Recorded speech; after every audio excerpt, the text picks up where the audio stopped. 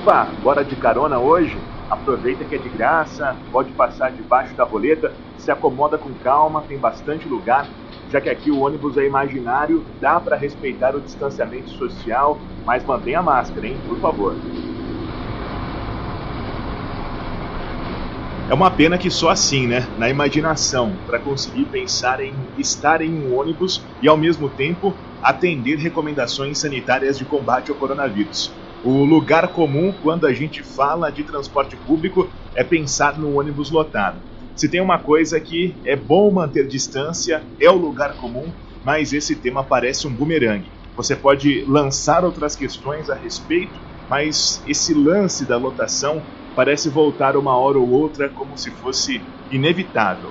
Ainda mais porque a gente está falando de um ambiente que vai totalmente na contramão do que esse momento pede. E nem agora, em que aqui em Americana e região houve uma regressão no processo de reabertura tocado debaixo das decisões do Estado, logo para a fase inicial e mais restritiva desse plano em andamento, esse problema parece caminhar para um lugar de neutralidade. É bem pelo contrário.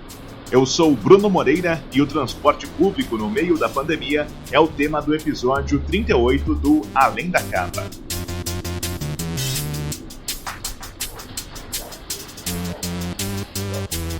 Para falar sobre isso, eu conto com a contribuição direta do Leonardo Oliveira. Ele assina uma reportagem sobre esse assunto no Liberal deste domingo, dia 19 de julho. É ele quem traz os personagens que a gente ouve ao longo da edição.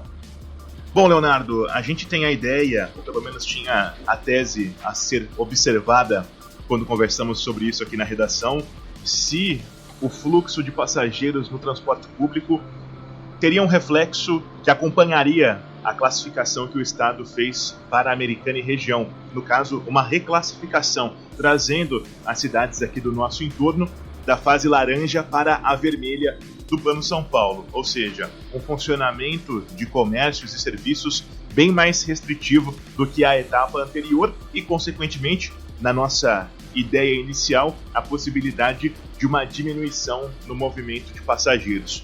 Mas, pelo menos em horários de pico, você identificou nessa última semana que a regressão não veio acompanhada de uma diminuição de aglomerações, de queixas sobre o volume de pessoas dentro de um próprio veículo, de um único veículo, para quem depende do transporte público como meio de locomoção, né? É isso mesmo, Bruno. Eu acho que quando a gente olha para o transporte público em si, não dá para a gente estar sobre a mesma ótica quando a gente fala da demanda de passageiros durante um período de 24 horas. Então eu acho, por exemplo, que no geral, em horários que não são de pico, houve sim uma grande redução no número de passageiros no transporte coletivo da região, sim. Só que essa redução da frota, ela pegou muito forte os horários de pico principalmente, porque a realidade é que tem muita gente que não trabalha em comércio que geralmente é considerado não essencial, né? A gente tem, por exemplo, um grande número de pessoas que dependem do transporte público diariamente para trabalhar em mercados, para trabalhar em farmácias, para trabalhar em outros tipos de estabelecimentos que estão hoje elencados dentro de uma situação de realmente ser um estabelecimento que a gente pode dizer como essencial. Então, por exemplo, teve casos de passageiros no transporte de Americana especificamente que relatam que no horário que ele costumava pegar um ônibus antes, ele tinha 3, 4 ônibus disponíveis que faziam basicamente o mesmo trecho. Com a pandemia houve a redução, segundo os passageiros, esses mesmos trechos específicos tiveram uma redução de 4 para um coletivo só que faz aquele horário. Então, o que aconteceu? Vamos dar um exemplo prático. Por exemplo, o caso da linha 119, que ela vai da Praia dos Namorados para o Jardim da Paz. Ela está indo lotada no horário das 7h20 da manhã. Antigamente, segundo os passageiros, eles tinham a opção das 7h20, das 7h40, por exemplo, e 8h15. Então, eles conseguiam se distribuir entre 3 horários. Hoje, como tem circulado um horário só, o próximo só vai ser depois das 9h20, você tem um acúmulo muito grande de usuários dentro desse mesmo coletivo. Pessoas que pegariam o ônibus mais tarde acabam tendo que, de repente, se dirigir ao terminal mais cedo para conseguir pegar esse coletivo. Dessa maneira, acaba que esse coletivo vai lotado, com muita gente de pé, com muita gente que nem consegue pegar o ônibus porque ele está lotado e não cabe mais gente dentro. Isso já aconteceu, tem relatos e tem inclusive vídeos sobre isso. Então eu acho que a questão é que, de repente, a solução de você reduzir as linhas, ela talvez fosse aplicável somente para aqueles horários que não são de pico. Porque se você pegar, por exemplo, entre 6h30 e 8h30 da manhã e entre 5 horas e 6 da tarde, é o horário que ainda, apesar da regressão no Plano São Paulo, muita gente está indo para o trabalho, muita gente que depende diariamente desse transporte público. A gente percebe que, para as pessoas que estão alinhadas com as recomendações de isolamento social, de permanência em casa e saídas justificáveis apenas em alguns momentos do dia, que podem, por exemplo, trabalhar dentro de casa e só sair quando precisam de fato de um serviço essencial, eu tenho a percepção de que esse grupo consegue, ou melhor, não consegue lidar muito bem com esses flagrantes de pessoas corriqueiramente na rua por motivos que não se justificam dentro desse caráter essencial.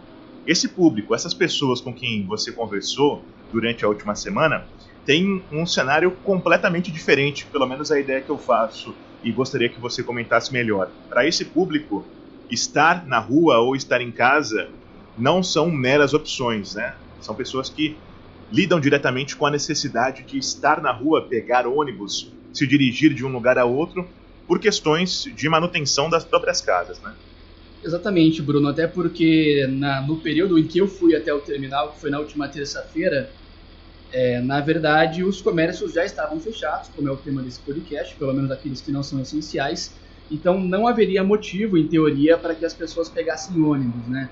O que acontece, pelo menos o que eu ouvi de muita gente que estava lá, de todo mundo, na verdade, é que cada um deles tinha um trabalho, tinha uma obrigação de estar diariamente nesse local, pelo menos normalmente durante a semana, né, de segunda a sexta-feira de preferência, e eram pessoas que se deslocavam por pura necessidade.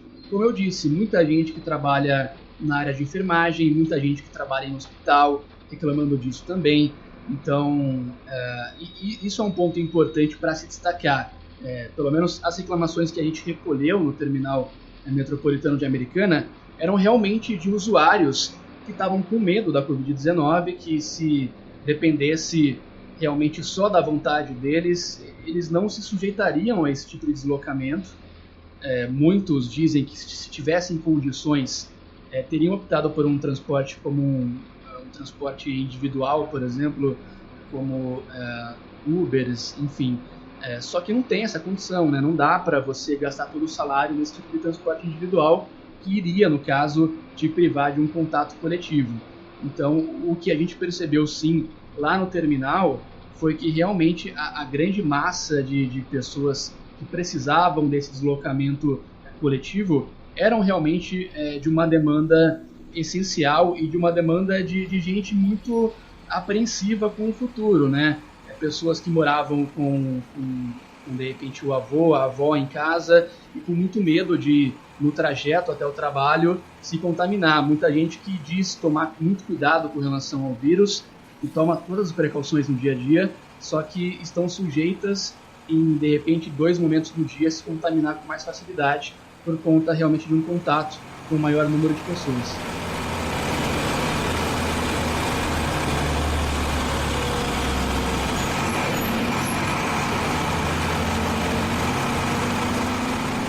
O Leonardo conversou com alguns usuários dos ônibus de Americana para essa reportagem. O contato com todas elas foi no terminal do centro de Americana. Sou Rafaela Rocha Freire e eu sou aprendiz. Você pega qual linha normalmente, Rafaela? A linha 114 e a 220. Você tem percebido muita gente nos ônibus? Sim, bastante. Ainda mais agora, assim, nesse período da manhã, em torno de 7h30, 8 horas. E o horário de retorno, que é umas 5, 5h30. O ônibus está sempre lotado. Você pega sempre esse horário? Não, geralmente não. Eu pego geralmente esse horário aqui mesmo e à tarde em torno de 3, 3h30. Esse horário tá mais vazio. Mas o horário entre 5 e 5h30 são horários mais lotados, que são o horário que o pessoal sai do serviço, né? A linha 114, que é a que você pegou, ela teve alguma redução em horário? Teve sim. Acho que na maioria dos que eu pego, teve a redução. Normalmente você pegava que horário, tá pegando qual agora? Antes eu pegava às 7h15, por aí. Aí agora eu tenho que pegar às 7 horas. Antes eu pegava um ônibus que ia direto pro meu trabalho. Tá. Só que esse ônibus ele parou de passar, daí eu tenho que pegar 2 agora. Aline Firmina de Oliveira, trabalho de auxiliar de farmácia.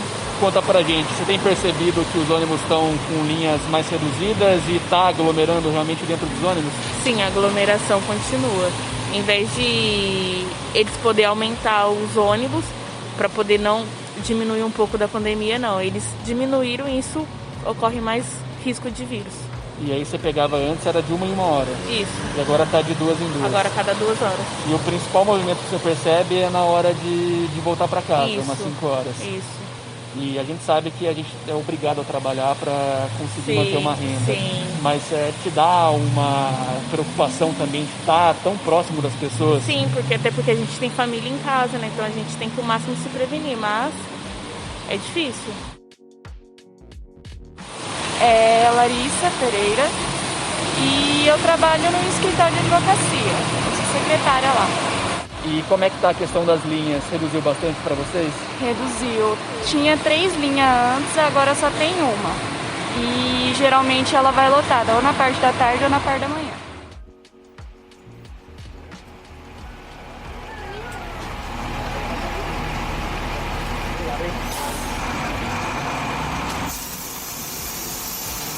Apesar disso, você conseguiu identificar o atendimento às mínimas recomendações sanitárias, admitindo que uma delas não tem como ser cumprida, que é a questão do isolamento, ao menos o uso de máscaras e outros itens? O uso de máscara, sim.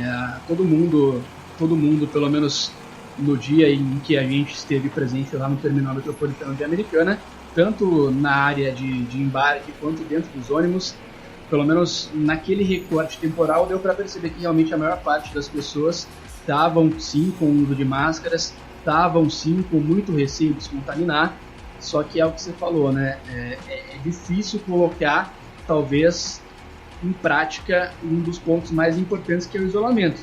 Você está lá dentro do ônibus, sujeito ao espaço geográfico disponível e, pelo menos, é o grande medo de quem pega o transporte hoje, é voltar para casa e contaminar toda a família.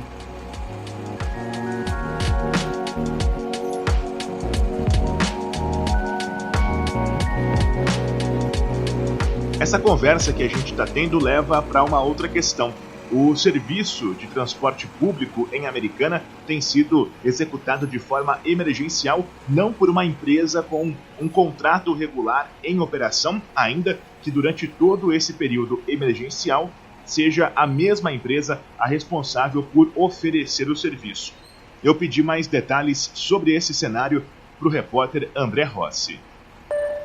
André, a prestação do serviço de transporte público aqui em Americana, no momento, está ocorrendo em caráter emergencial, um caráter que já passa de 1 ano e meio e caminha para próximo do 2º ano.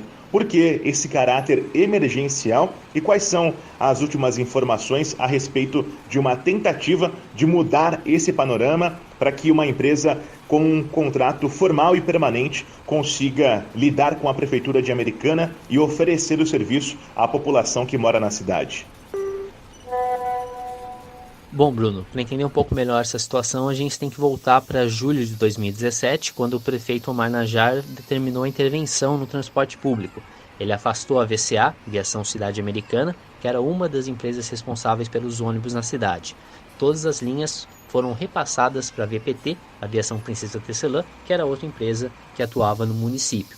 O principal argumento utilizado pela prefeitura foi de que a VCA não estava cumprindo os termos não estava cumprindo as determinações que constavam no termo de ajustamento de conduta que foi assinado entre as partes. Então a prefeitura dizia que os ônibus eram de péssima qualidade, que nem mesmo os pontos de ônibus tinham a estrutura adequada. Então a prefeitura afasta a VCA, cobra milhões na justiça e durante aí quase um ano, um pouco mais de um ano na verdade, a VPT acumulou essas linhas. Só que em novembro de 2018, a prefeitura assina o primeiro contrato emergencial com a Sansetur, que é a atual empresa que opera na cidade com o nome de Sul Americana. Os contratos emergenciais eles só duram durante 6 meses. Entretanto, a prefeitura já está no 4º contrato emergencial com a Sansetur. O mais recente foi assinado no dia 19 de março deste ano. E o motivo para isso é que até hoje a prefeitura, no período de 1 ano e 8 meses, não conseguiu tirar do papel a licitação para conceder de forma definitiva o transporte público para uma empresa. Em outubro do ano passado, o Tribunal de Contas do Estado apontou uma série de problemas no edital e suspendeu a licitação. Passou muito tempo sem nenhuma manifestação no tribunal e só em janeiro deste ano ele disse para a prefeitura, olha, vocês têm que arrumar 15 pontos que estão nesse edital e que a gente não está de acordo. Com base nisso, a prefeitura reabriu a licitação no dia 7 de abril, publicou o novo edital e o problema foi que a VCA, justamente a empresa que foi afastada pela prefeitura lá no passado, entrou com uma representação, com uma ação, na verdade, na justiça, alegando de que o edital não estava adequado porque não previa os efeitos que a pandemia do novo coronavírus pode ocasionar para a vida útil do contrato com a nova empresa, E a justiça acatou esse argumento, suspendeu a licitação e a prefeitura acabou revogando aquele texto, por entender que era necessário adequá-lo ao que a decisão judicial do momento pedia, E agora, essa semana, eles lançam uma 3ª versão do edital. E aí sim a gente vai poder checar quais foram os apontamentos que eles acolheram, E o que eles modificaram, se esse edital tem, de fato, alguma previsão do impacto que o coronavírus pode provocar. A gente já questionou a prefeitura e até o momento eles não adiantaram essas informações. Então agora na segunda-feira a gente vai olhar o edital, vai entender um pouco mais quais foram as modificações da prefeitura e se dessa vez eles vão conseguir dar prosseguimento à licitação para finalmente conceder de forma definitiva o transporte público no município. Uma curiosidade bacana de trazer aqui para o episódio é ouvir quem normalmente recebe as queixas que chegam para a gente na redação do Liberal. Se você, por exemplo, mandar uma mensagem, enviar um e-mail ou fizer uma ligação para o jornal, em 9 de cada 10 ocasiões é possível que você seja atendido pela Estela Ribeiro. Ela é estudante de jornalismo e trabalha como secretária da redação. Estela, os contatos que você recebe e atende aqui na redação do Liberal, de leitores e moradores de Americana e região, muitas vezes são o ponto de partida para uma apuração, para uma possível reportagem. Eu queria que você comentasse com a gente sobre a sua percepção sobre as reclamações a respeito do transporte público aqui da região.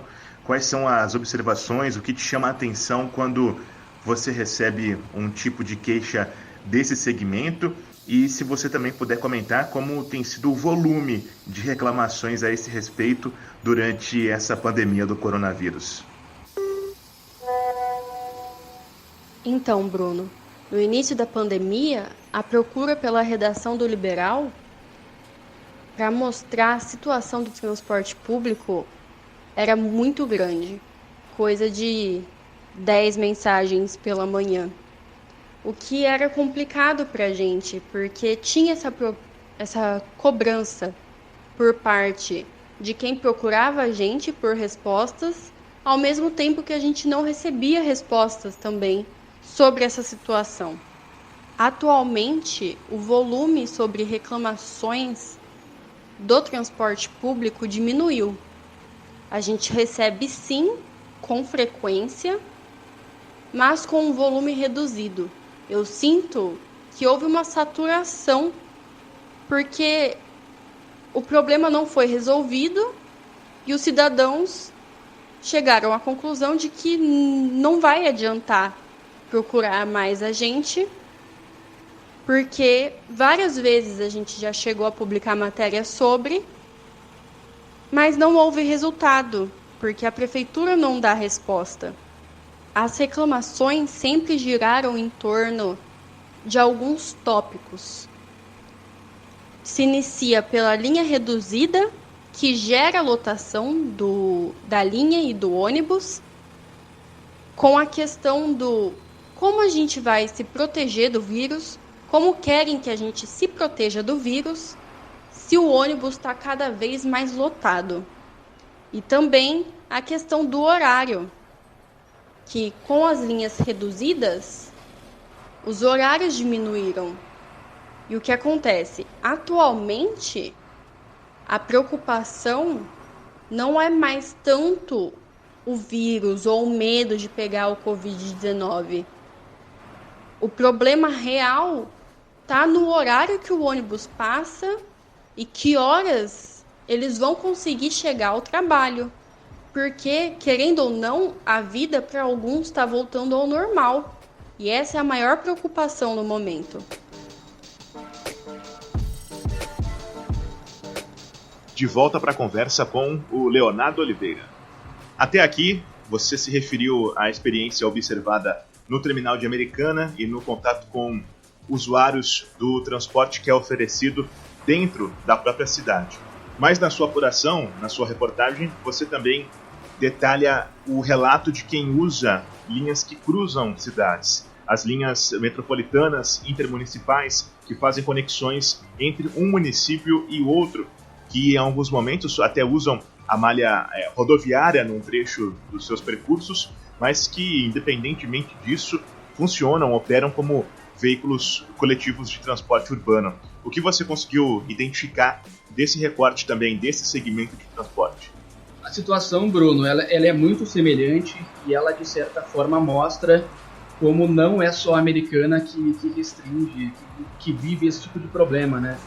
É um problema, eu diria, estadual, até nacional, no transporte público durante a pandemia, essa questão de você não conseguir viabilizar coletivos em número suficiente para atender a demanda nos horários de pico.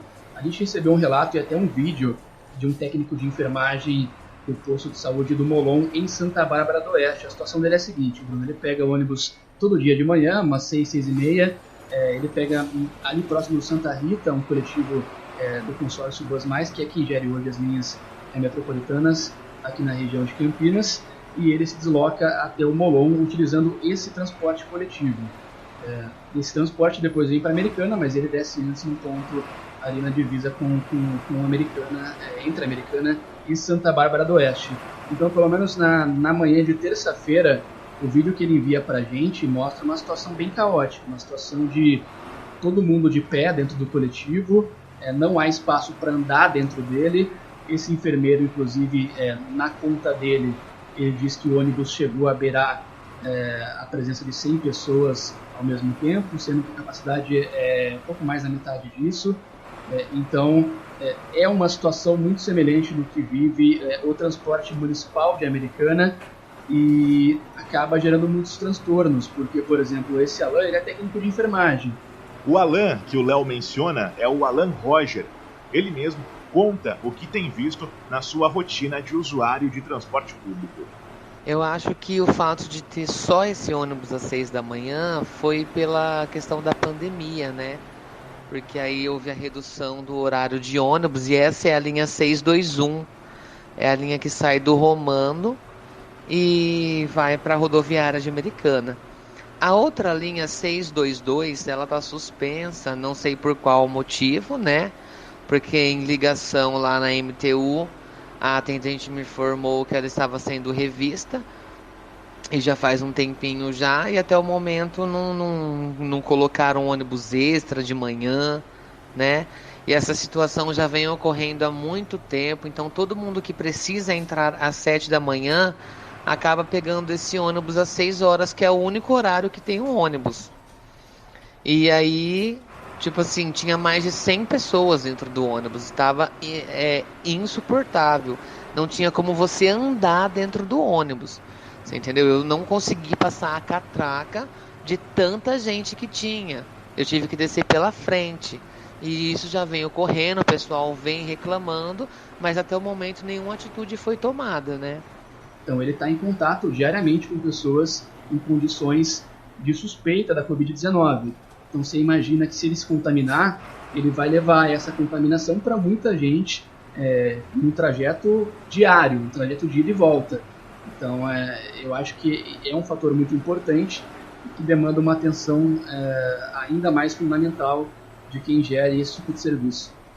Você mencionou a redução de linhas, e isso me leva a perguntar sobre o posicionamento das empresas com as quais você conversou, porque essa redução é admitida, não é uma apuração em contato com fontes não oficiais, né? A própria gerência, o comando das empresas, reconhece que a diminuição foi uma medida tomada em meio à crise financeira, econômica, que também foi gerada pela pandemia do coronavírus.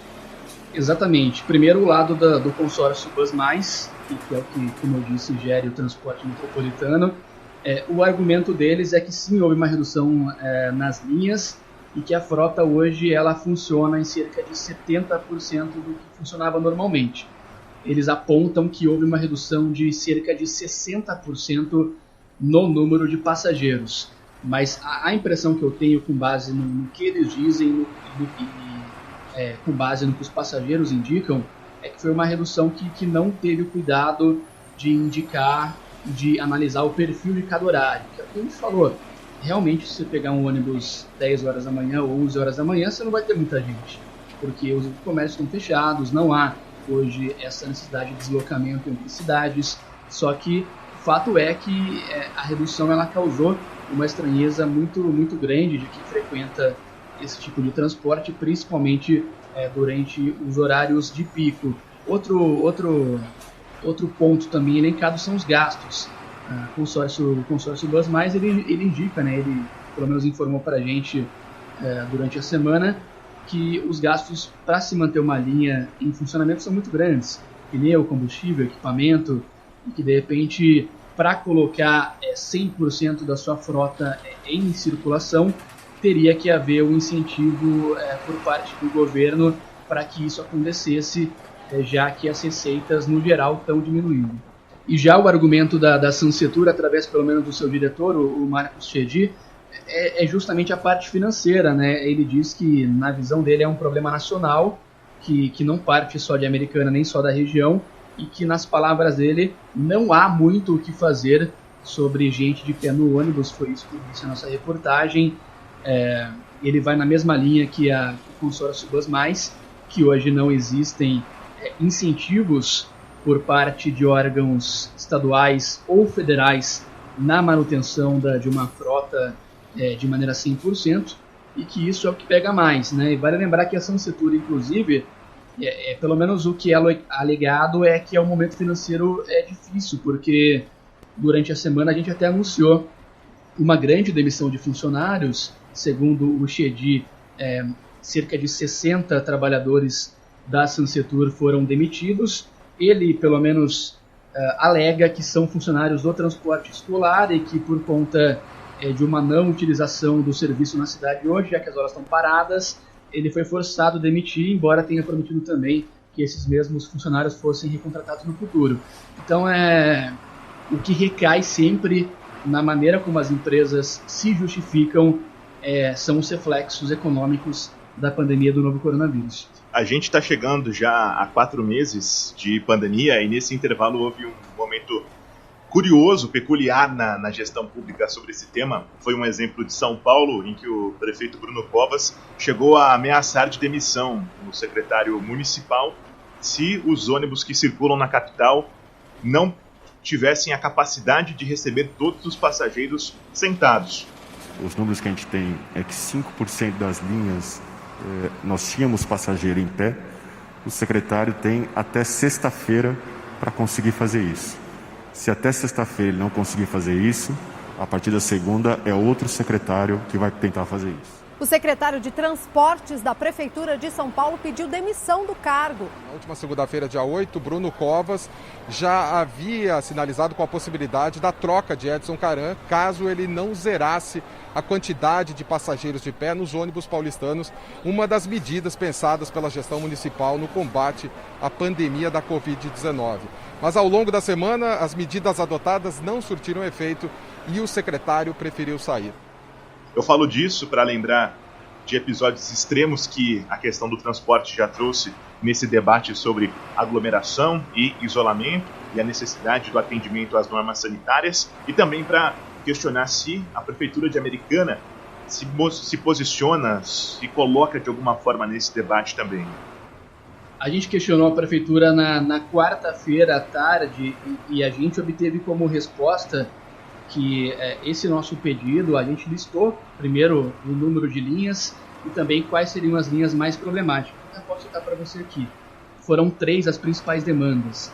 A linha 119, que é Praia dos Namorados e Jardim da Paz, a linha 114, que faz Matiense em Zanaga, e também a linha 105, que faz o Bertini e Alvorada. Essas 3 linhas estão indo geralmente lotadas durante a manhã. A Prefeitura informou para a gente que iria encaminhar essa demanda para a unidade de transportes e sistema viário, que está apurando o que está acontecendo e que depois de uma análise as devidas providências seriam tomadas. Essa é a versão oficial da Prefeitura de Americana. Léo, obrigado mais uma vez pela participação aqui no Além da Capa.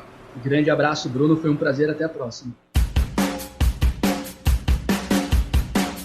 Esse foi mais um Além da Capa, o podcast do jornal O Liberal. Não deixe de seguir a gente na plataforma que você usa para não perder nenhuma edição. Nós estamos no Spotify, no Apple Podcasts, no Google Podcasts, Deezer e Castbox, e também no canal do Liberal no YouTube. Se você gostou do episódio ou mesmo do formato dos nossos podcasts, fica o pedido para que você compartilhe com mais uma pessoa.